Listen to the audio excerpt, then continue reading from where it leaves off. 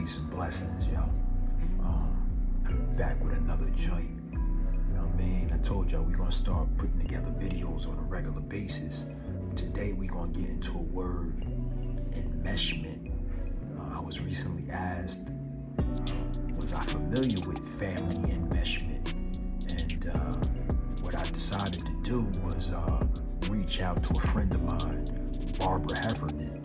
And Barbara is actually a transformational coach. She helps people transform their lives and focus on being joyful, positive, and, you know, keeping that right mindset. So I'm gonna actually let her get into the whole explanation of what enmeshment is and relationships and families that are enmeshed, but just a little bit really sort of within the boundaries of what might be normal for the society.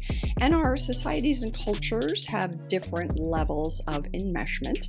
But remember, as I alluded to in the intro, enmeshment and closeness are not the same thing. So let's take a moment and look at the Merriam-Webster definition of enmesh. So enmesh is to catch or entangle. So really thinking about that, like catching and entangling, that is not the same thing as closeness, right? Other synonyms for enmesh are to trap, to tangle, to snare.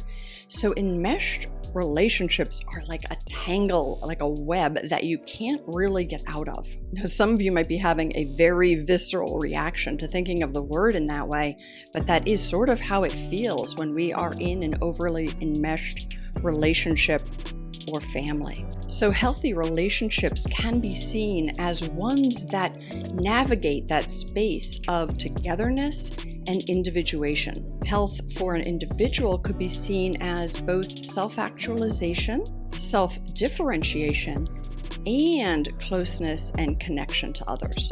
So those healthy dichotomies are not possible in an enmeshed family.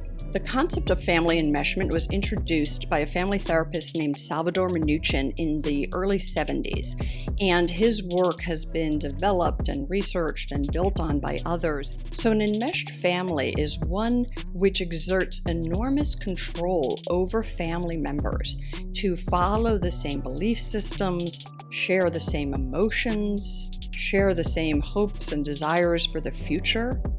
Really, loyalty to the family becomes the most important thing. Fredo,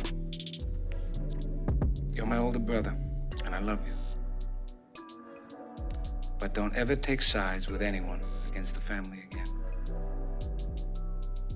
Ever. Now, often in an enmeshed family, there is one or just a few people who really dominate the family, and everybody else kind of kowtows to them, tries to make them happy, tries to follow what they want, right? So there's one or just a few people who have enormous power, and everyone else is supposed to toe the line. In enmeshed families, the emotional boundaries are not clear. Who's responsible for different emotions, right, is just not made clear. And there are certain people in the family who take a lot of responsibility for everybody's emotions. And then there's usually other people in the family, often the ones with the power, who take no responsibility for their own emotions. But often when people grow up in an enmeshed family, they don't even know what their own emotions are. And this is supported and sustained by the family system. Now, family system is a concept in family therapy, but it's a good one to begin to understand because systems have certain patterns that are really challenging to change. And those patterns get passed down from one generation to the next to the next. So if you grew up in an enmeshed family, most likely your parents grew up in an enmeshed family, and they're in, beyond and beyond every generation since then. In an enmeshed family, the behaviors of each individual are seen to reflect on the whole family. And that's why the family can come down on somebody who's not behaving properly or not exhibiting the values they want in the outer world, right? Like, you represent me. I am not separate from you. If you aren't doing what I think is right, then I feel shame. I feel anxious. So hopefully with this description, you're getting a sense of how all the emotional boundaries are just that tangled web. People can't heal themselves out, right? And then if some people go into therapy and they begin to work on this and they begin to say, hey, I do want to individuate. I do want to express who I truly am in the world. And they begin to set healthy boundaries. Well, they'll get a lot of pushback. They'll get a lot of resistance. They might be put down. A very common thing in an enmeshed family would be to make fun of the person setting healthy boundaries, or really be disrespectful to them for trying to set those boundaries, tell them that they're weird, or get furious at them, or all of the above. So setting healthy boundaries within an enmeshed family system can be extremely hard. And even understanding what a healthy boundary is, that is really hard for people from enmeshed families. That takes significant work and self-help and possibly therapy. But basically in an enmeshed family system, people can be punished and excluded for being individuals, for having autonomy, for expressing who they are, as individuals on this planet. So having said this, hopefully the difference between enmeshment and closeness is making sense to you, because sometimes people will feel like, well, I want a close family. I want people who care about me and ask me lots of questions about what's going on with me, right? So the difference, there's a number of differences. In a close-knit family, there may be a fair amount of cohesion.